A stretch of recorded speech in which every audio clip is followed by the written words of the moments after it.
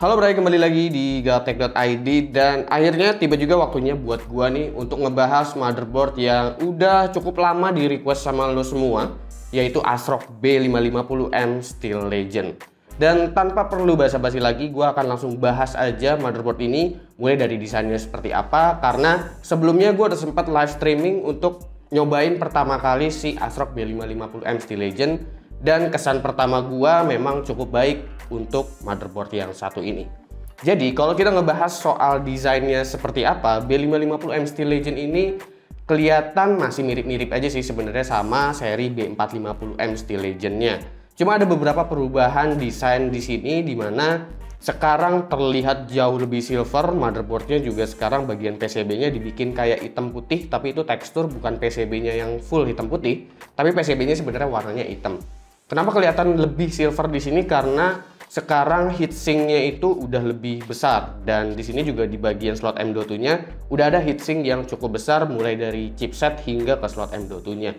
Jadi memang secara penampilan jauh terlihat lebih silver, dan gua rasa akan cocok apabila kalian lagi mau build PC yang warnanya itu agak putih atau memang silver banget. Sesuai namanya yaitu B550M Steel Legend, maka chipset yang digunakan ini adalah chipset B550. Yang dimana chipset B550 ini udah mendukung yang namanya PCI Express generasi keempat. PCI Express generasi keempatnya didapatkan melalui PCIe Lane yang ada di CPU. Tapi untuk di bagian chipsetnya sendiri, untuk PCIe Lane-nya itu masih PCIe Gen 3. Dan di sini untuk pembagiannya itu ada di bagian slot PCI Express yang ada di atas dan juga slot M.2 NVMe yang tercover sama heatsink. Untuk slot memori di sini terdapat 4 DIMM memori dengan konfigurasi dual channel, dan ini udah mendukung double capacity memory apabila kalian menggunakan memori dengan double capacity. Jadi maksimumnya di sini udah bisa sampai 128 GB. Lalu kalau kita bahas soal I/O-nya seperti apa, I/O-nya ini menurut gue yang paling menarik dari B550M Steel Legend,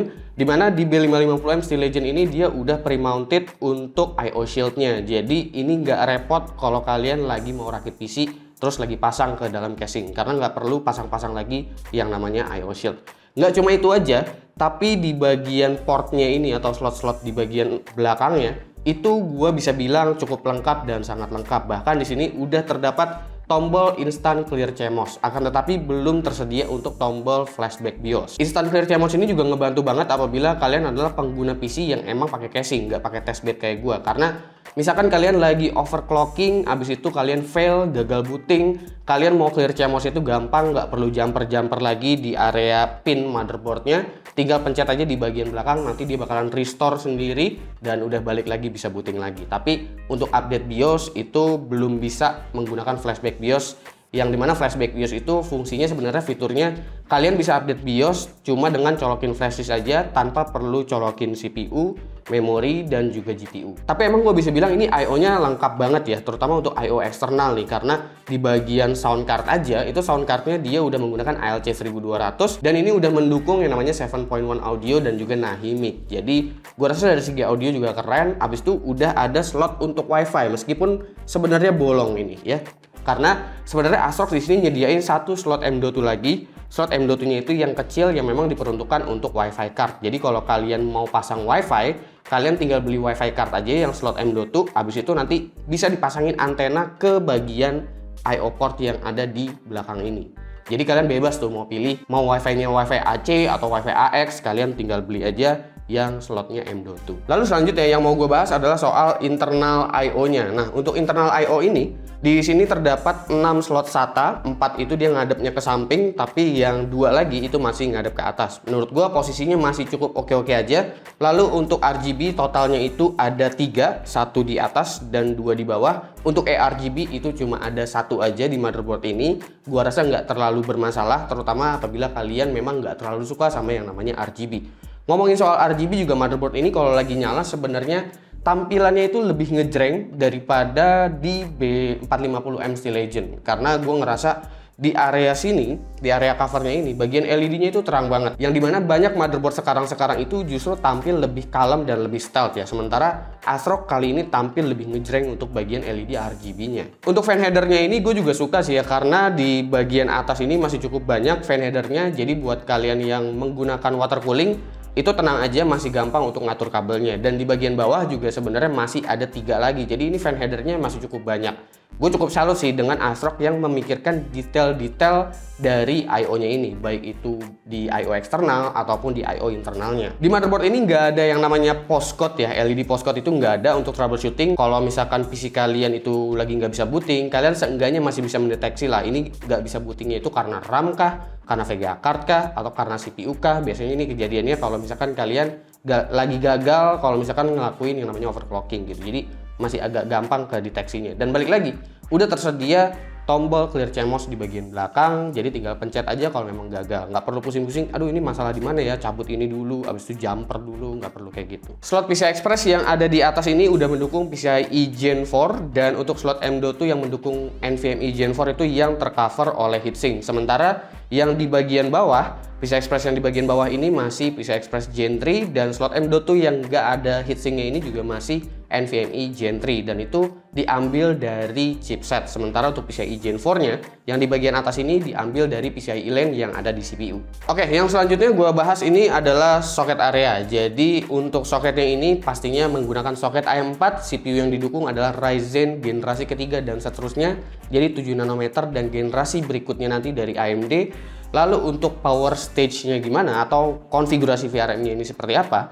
Jadi untuk konfigurasi VRM-nya di sini menggunakan konfigurasi 10 power stages. Konfigurasinya itu adalah 8 CPU dan 2 itu untuk SoC. MOSFET yang digunakan adalah DRMOS SIC65450A dengan controller PWM UP9595S.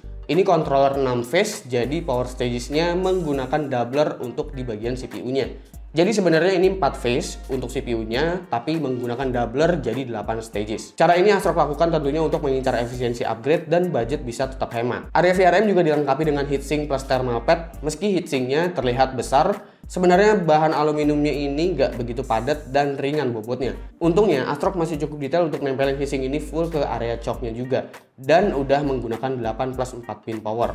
Oke, lalu kita ngomongin soal BIOS dari ASRock B550M Steel Legend ini seperti apa. Gak ada perubahan tampilan untuk BIOS ASRock, tapi tentu ada upgrade di sini. Kalian bisa tetap mengoverclock CPU-nya dengan manual dengan fitur penuh. Dan kali ini seri Steel Legend gak diberikan limitasi pada DRAM voltage, berbeda dengan B450M Steel Legend yang terlimit di 1,4 volt. Pengaturan FTLK juga udah langsung disediakan di depan, serta informasi dikasih tahu detail di sebelah kanan. Oke, untuk pengujian kali ini seperti biasa gue akan menggunakan CPU AMD Ryzen 9 3900X, bukan 3900 XT, karena gue mengincar power yang lebih besar, karena si XT itu memang jauh lebih efisien sih daripada si 3900X. Dan kenapa bukan 3950X juga, karena memang gue nggak pegang CPU-nya. Lalu untuk cooling, memastikan untuk CPU-nya itu nggak overheat. Pas lagi stress test, gue menggunakan Enermax Liquitech 2360. Abis itu untuk GPU-nya GeForce GTX 1080 Ti ROG Strix, SSD 500GB, power supply Cooler Master Silent Pro Hybrid 1300W dengan Windows 10 versi 1909. Tes pertama ini kita jalanin di Cinebench R15 untuk melihat konsistensi performance-nya itu seperti apa. Posisi default ataupun Precision Boost Overdrive memiliki performance yang konsisten. Skor cenderung stabil dan gak ada kejadian power throttle di sini. Lalu untuk pengujian kedua, konsistensi performance melalui Cinebench R20. Posisi default menunjukkan skor yang aman, stabil, hampir menyentuh angka 7000, skor yang juga sesuai untuk 3900X. Posisi dengan PBO aktif, nampak nggak ada masalah, skor masih sangat aman dan konsisten. Untuk power draw-nya sendiri, gue tes menggunakan Prime 95 ya. Pada posisi default rata-rata di angka 125 dan maksimalnya di angka 141 Watt. Dengan Precision Boost Overdrive, rata-ratanya itu di angka 175 Watt dan maksimal di angka 189 Watt. Terlihat di sini bahwa Precision Boost Overdrive membuat power CPU-nya jadi bengkak, jadi cocok banget untuk menyiksa VRM dari motherboard ini. Nah, lalu untuk suhu VRM-nya seperti apa, gue juga udah ngetes melalui Cinebench R15, R20, dan juga Prime 95. Oh ya, gue juga mau ngasih tahu kalau motherboard ini nggak memiliki sensor suhu VRM yang terbaca oleh HW-Info. Suhu di sini dicek melalui thermocouple probe di area MOSFET. Jadi seharusnya ini bisa menunjukkan hasil suhu yang valid. Suhu saat default maksimal yang didapetin selama looping 10 kali ada di angka 60-an aja. Masih sangat aman, dan kalau dilihat perbedaannya cukup jauh dengan B450M Steel Legend tentunya. Menggunakan Precision Boost Overdrive, suhu VRM-nya naik, tapi tentu ini suhu yang adem banget untuk load hampir 190 watt. Dengan Ryzen 9 3900X, loadnya lebih berat, jadi wajar jika suhu meningkat. Tapi ini masih adem banget karena MOSFET VRM itu rata-rata maksimum bisa sampai 120 bahkan sampai 150 derajat. Suhu VRM juga dites menggunakan Prime 95. Mau tahu aja untuk worst case skenario itu seperti apa, dan ini stress testnya selama 30 menit. Di sini baru kelihatan kalau VRM dari B550M Steel Legend sepertinya masih dibilang ngepas untuk skenario super berat seperti Prime 95. Suhu VRM saat menggunakan PBO bisa mencapai angka 118 derajat. Tentu ini masih bisa survive karena nggak ada power throttle sama sekali. Tapi gue bisa bilang sepertinya untuk CPU high-end seperti 3900X atau 3950X masih agak ngepas banget. Bahkan cenderung mepet ya. Dan akan kurang oke kalau lo mau overclock CPU high-end ini. Mungkin kalian bingung kenapa chart ini suhu B450M lebih rendah.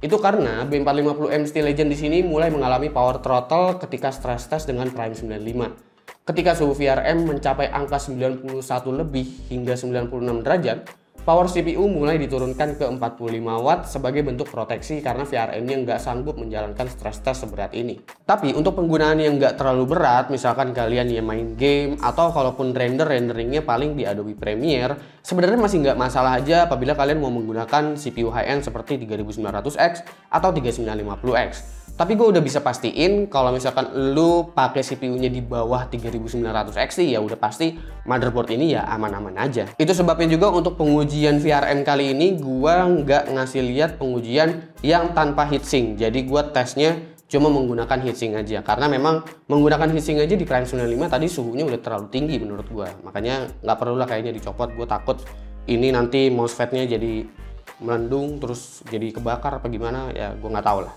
nasibnya gimana nanti kalau misalkan ini heatsinknya gue cabut. Jadi ya gue pasang aja. Oke, jadi gimana kesimpulannya soal ASRock B550M Steel Legend ini? Gue rasa ini adalah motherboard B550 yang paling affordable dengan fitur yang diberikan.